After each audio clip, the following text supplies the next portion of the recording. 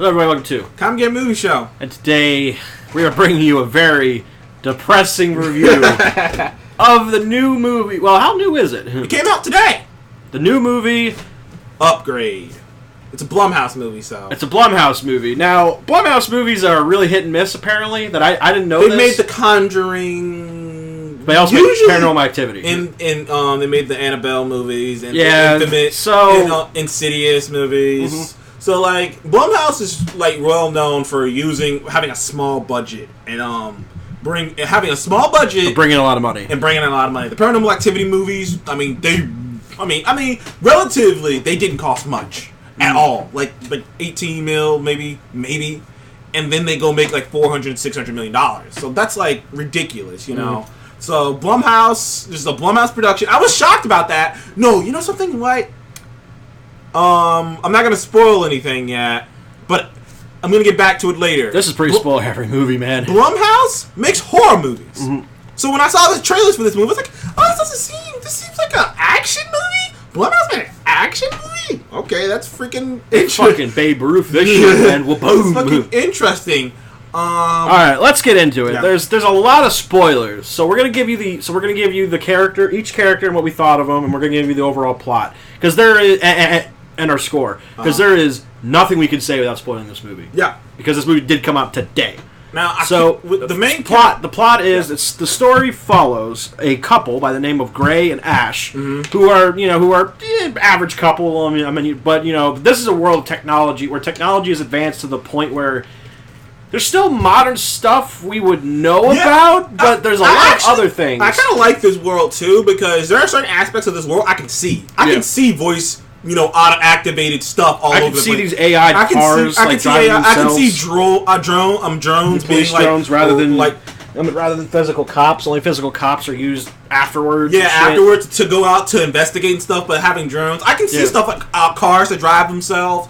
I will say the implants though. The implant stuff, because there are implants. This movie it's pretty obvious. There are implants. We're not going to say what they are, but we're going to say there are implants in general.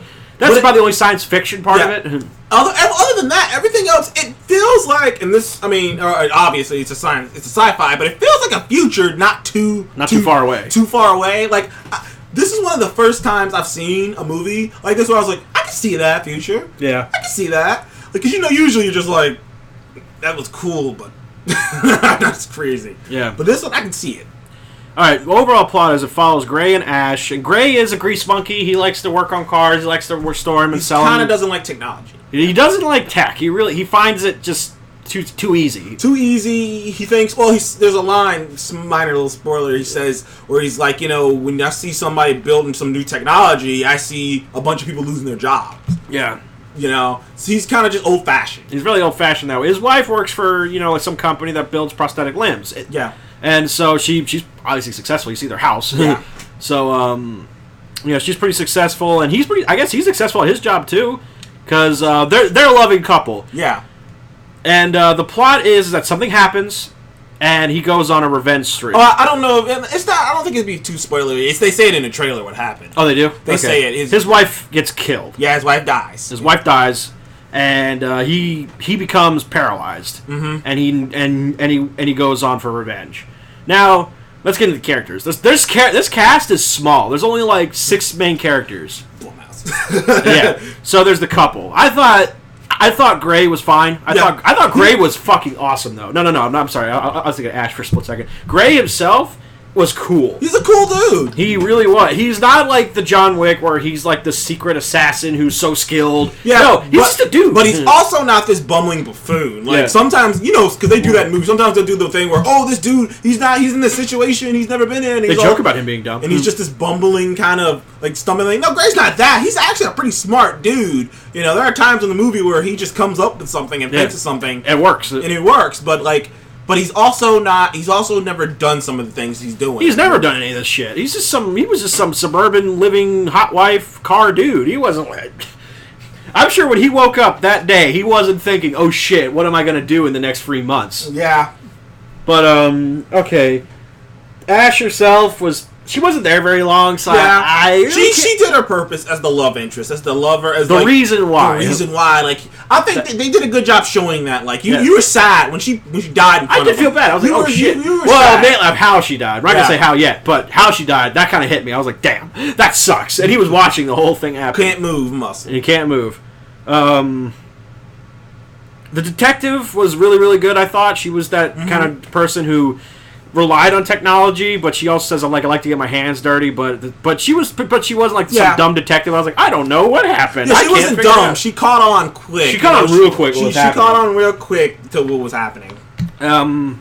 Then you got the guy he was going to visit, the young kid, Ian, the tech guy. That's who he was meeting at the beginning. He's the guy. He's the head of some tech company his wife knows about.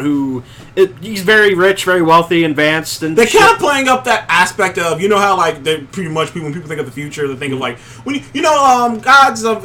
American Gods played with that, the young hip, like this young kid who's the smartest person like on the planet, like that kind of prospect. You know, they play with that with him, so. Yeah, he's kind of awkward, really socially awkward. He doesn't really leave the house. He doesn't leave the house that often, but he's very wealthy. I guess he just bought the car so Stem could. Damn it. Okay, I'm gonna stop there. Jeez, Seth. Why? I don't know. I had that thought. I just kept going. Let's just cut it here. Yeah. Let's give our scores. I give this movie a 10. This movie is a 10 out of 10. Legendary movie. I give it a 10. Blumhouse knocked out the park. I was surprised. I'm like, I thought I was gonna like it because I saw reviews. Okay, full disclosure, I saw reviews for it. I looked up the Rotten Tomato score for it, and I was like, oh man, that's pretty good. It's got like an 85 Rotten Tomato score. So, like, and most of all the reviews I saw were positive. So I was like, okay, I'll check this movie out. And we hit it out of the park. Good job, Blumhouse.